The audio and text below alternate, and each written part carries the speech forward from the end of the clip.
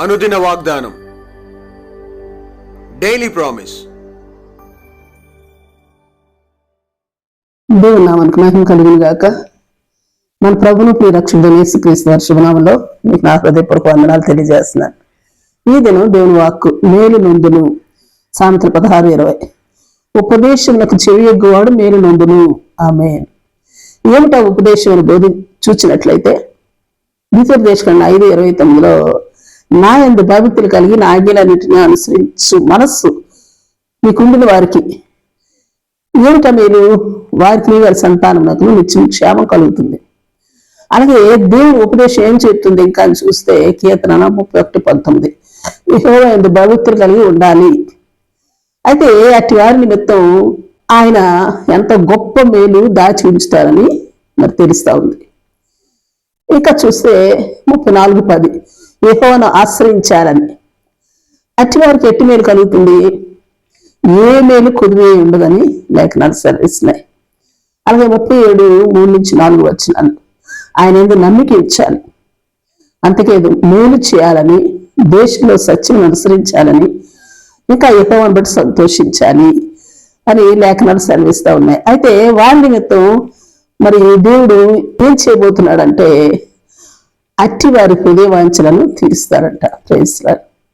అలాగే 84:11 యథార్థంగా ప్రవర్తించాలి, అట్టి వారికి ఏ మేలు చేయక మానడు. కీర్తన 108:2 దేవుని భయభక్తులు కలిగి ఆయన త్రావలేదు నడవాలి. అట్టి వారు నిత్యముగా వారి చేతులు కష్టార్జితం అనుభవిస్తారు, వారికి మేలు అనుభవిస్తారు, ధన్యులవుతారు. ఇర్మియా 6:16 మనం నడుచు మార్గాల్లో నిలిచి చూడాలి, పురాతన మార్గాల్లో విచారించాలి, మేలు కలుగు మార్గం ఏమిటి అని అడిగి తెలుసుకోవాలి, అందులో నడుచుకోవాలి. అది దేవుని ఉపదేశం. అప్పుడు ఏం కలుగుతుంది, నెమ్మది కలుగుతుంది. Praise lord. కీర్తన 19:93 ఆయన ఉపదేశాలను అనుసరిస్తే మనం బ్రతుకుతాం. ఆయన ఉపదేశాలను మరి 119:104 ఉపదేశాలను బట్టి వివేకం కలుగుతుంది. సామెతల్లో 1:33 దేవుని ఉపదేశం అంగీకరించి వారు సురక్షితంగా నివసిస్తారు, వాడు కీడు వచ్చిన భయం లేక నెమ్మదిగా ఉంటారు.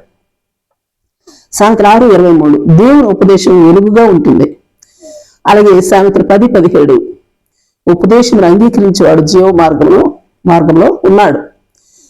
అలాగే 28:7 సామెతలు ఉపదేశం అంగీకరించి కుమారుడు బుద్ధి గలవాడు అని దేవుని వాక్యం చెబుతా ఉంది. ఇట్లా అనేకం ఇంకను దేవుడు మరి మనకు తన ఉపదేశాలను తన గ్రంథంలో పొందుపరిచారు. వాటిని వెలికి తీసుకుని వాటిని అనుసరించినట్లయితే గొప్ప మేలు కలుగుతూ ఉంటుందని దేవుని లేఖనాలు తెలియచేస్తా ఉన్నాయి. అందుకే ఎఫెసీ 4:13 సంఘ క్షేమాభివృద్ధి కొరకును మరి పరిశుద్ధులు పరిపూర్ణులగుటకును సంపూర్ణులగుటకును బోధించుట కొరకు ఉపదేశకులను నియమించినారు. అంతేకాదు యెషయా 42:21 చూస్తే దేవుడైన యెహోవా తన నీతిని బట్టి సంతోషము గలవాడై ఉపదేశ క్రమములను ఘనపరిచి గొప్ప చేసినారు. అందుకే ఈ ఉపదేశములను అనుసరించి మేలు అనుభవించినట్లు మన కొరకు గ్రంథంలో అనేక ఉపదేశాలు ఉంచి గొప్ప మేలులు ఆయన సన్నిధి నుంచి మనం అనుభవించినట్లుగా ఆయన పొందుపరిచి దీవించిన విధానాన్ని బట్టి ఆయనకి స్తుతులు అర్పించబద్ధులమైనాము. ప్రేయస్ ప్రార్థన చేసుకుందాం. ప్రేమ నమ్మకం కలిగిన మా పరలోకపు తండ్రి, నీ పరిశుద్ధ నామమునకు స్తుతులు, స్తోత్రాలు. దేవా, నీ వాక్యోపదేశమును దైవ జనుల యొక్క ఉపదేశములను త్రోసివేయక గొప్ప మేలు అనుభవించినట్లును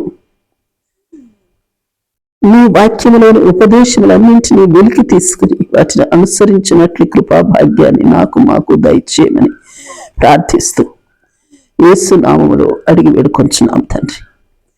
ఆమేన్. Praise lord. రేపు మరొక వాగ్దానంతో మనం కలుసుకుందాం. ప్రతిరోజు ఉదయం ఈ కార్యక్రమాన్ని వీక్షించగలరు. తిరిగి మళ్ళా రేపు ఉదయం కలుసుకుందాం. దేవుడు మిమ్మల్ని దీవించును గాక.